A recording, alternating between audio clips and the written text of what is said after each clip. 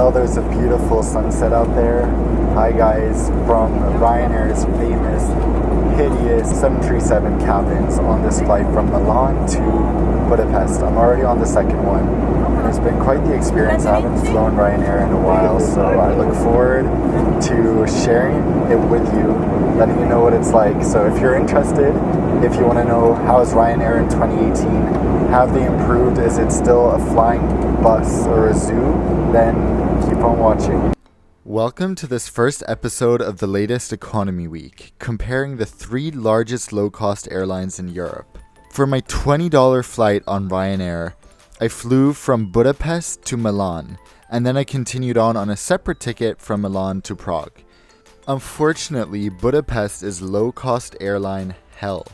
The terminal that low-cost airlines use here, including Ryanair, is just terrible, and you really don't want to spend more than 2 or 3 minutes here.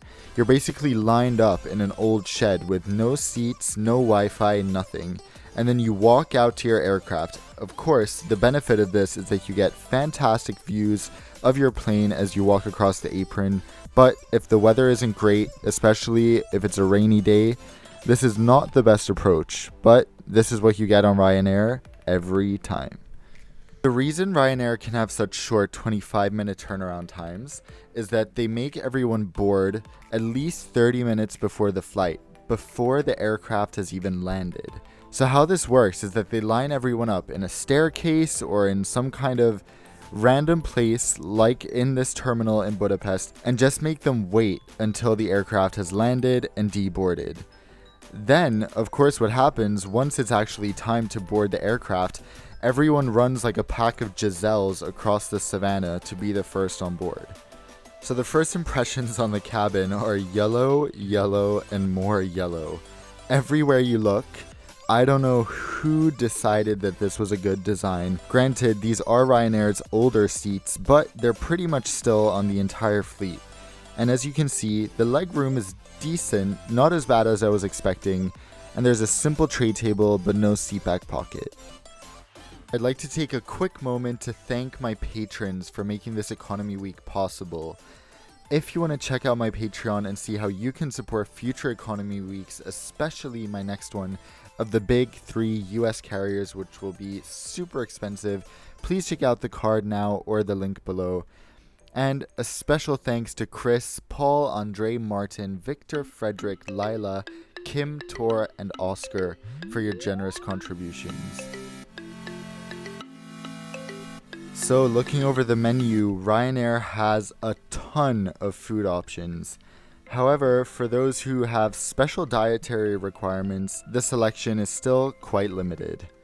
Another thing that shocked me is that they don't take non-European credit cards on board, which is great to keep in mind if you're planning to fly them.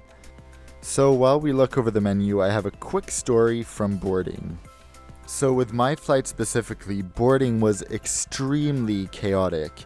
It took about 10 minutes of standing in the aisle before I reached my seat because people were walking up and down the aisle with bags trying to find places to put them because all the overhead lockers were full. People boarded from the front when they were sitting in the back, and overall, it was just completely crazy. Then once we sat down, I realized that everything was in Italian. All the announcements, pretty much everyone on board was Italian, which I thought was interesting for Ryanair.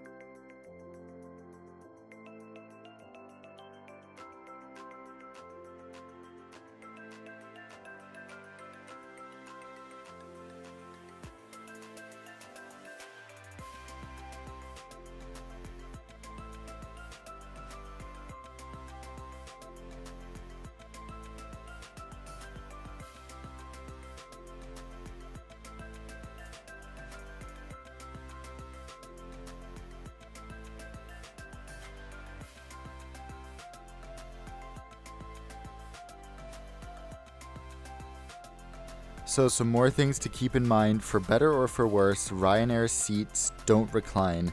And once again, they don't have seat back pockets, which makes it kind of a pain to have stuff around you since it has to be on the floor. Once we landed in Milan, there were 2 buses waiting to pick up passengers from our entire fully sold aircraft with about 180 seats. So these So these buses were absolutely packed. On a positive note, the view from Milan Bergamo is insanely beautiful.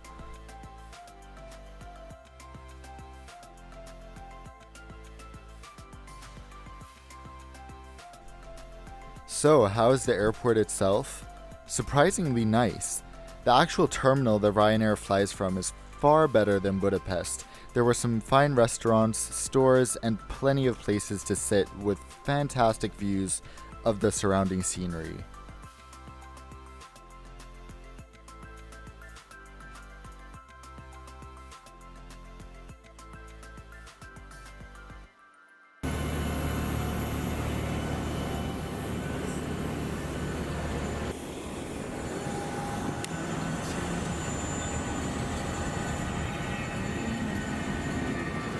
Boarding for the second flight was equally chaotic as my first. On this flight, when I wasn't in an aisle seat, I also felt like the legroom was more limited. I guess because the aisle is better for knees since you can sort of spread them out.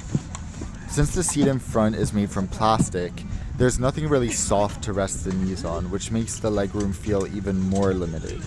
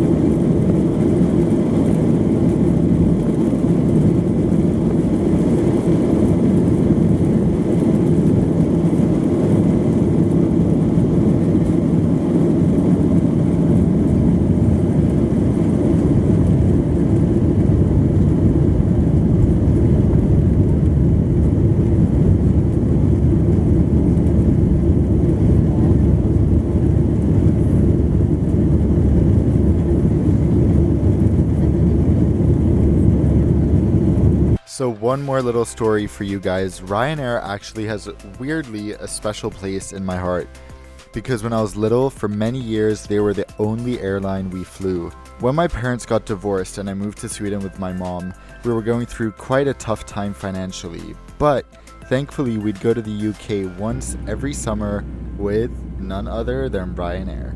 So they were my go-to airline back then. I had a ton of little models that I played with from their flights. Since then, it seems like they've definitely improved in some aspects. I ended up getting a coffee which tasted really good, and the crew on this flight was much younger than the last one and very well presented. It's also worth noting that we deboarded by a jetway in Prague. Alright, so the flights are nearing an end. This was shot just after the intro scene, but anyway, we've already started our descent into, I think I said it wrong in the intro. This is a flight from Milan to Prague. Oh my gosh, Ryanair, I know why I have avoided them. They've made many more customer-friendly policies. You can tell there's not the same kind of strictness, but it still is a flying zoo.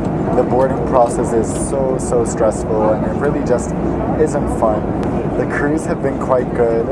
This coffee is great, but the fact that you can't pay with American credit cards, the legroom is terrible. There's no seat pocket, there's no Wi-Fi, there's no recline. It's just bare minimums. Of course, their fares usually are lower than Norwegian, so you could get a good deal there. And I mean, I did once get a Ryanair round trip from Gothenburg to London for $12. That's a 2-hour flight each way. So for that price, of course, I'd fly them again.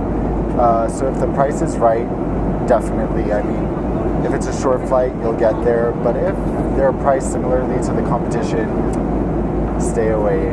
So I hope you all enjoyed this video. If you did, please make sure to give it a thumbs up. Check out my Patreon if you want to support future economy weeks. That's what sustains them. So I really want to thank my Patreons for helping out with this. And until I see you all next time, fly safe.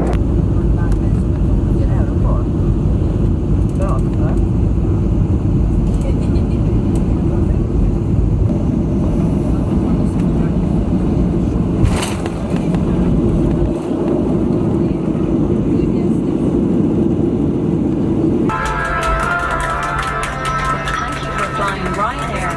Last year, over 90% of our flights arrived on time. We hope you enjoyed yours, and we look forward to welcoming you on board again soon. Ryanair. Low fares, made